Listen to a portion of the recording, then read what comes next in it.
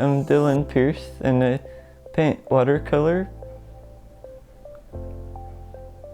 I just happened to be on vacation when I was 12 years old and ended up taking classes from this couple there, and I loved it so much that I just pretty much stuck with it for about 20 years now.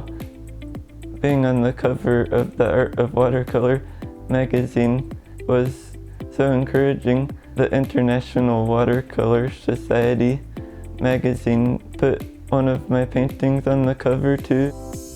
I never saw myself teaching classes, but then some people asked to teach a group, and then I ended up teaching at my art teacher's studio. I found how much I just enjoyed connecting with the people and sharing my love of painting.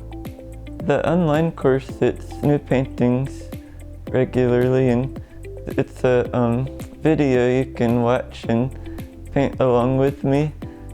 It's nice because people can stop the video and catch up if they want to, or they can just paint along if they want to, or however they like to do it. What I would hope to teach students is just how to become more confident in painting watercolor so it becomes more natural, and there's all skill levels, so from basic to intermediate and more advanced.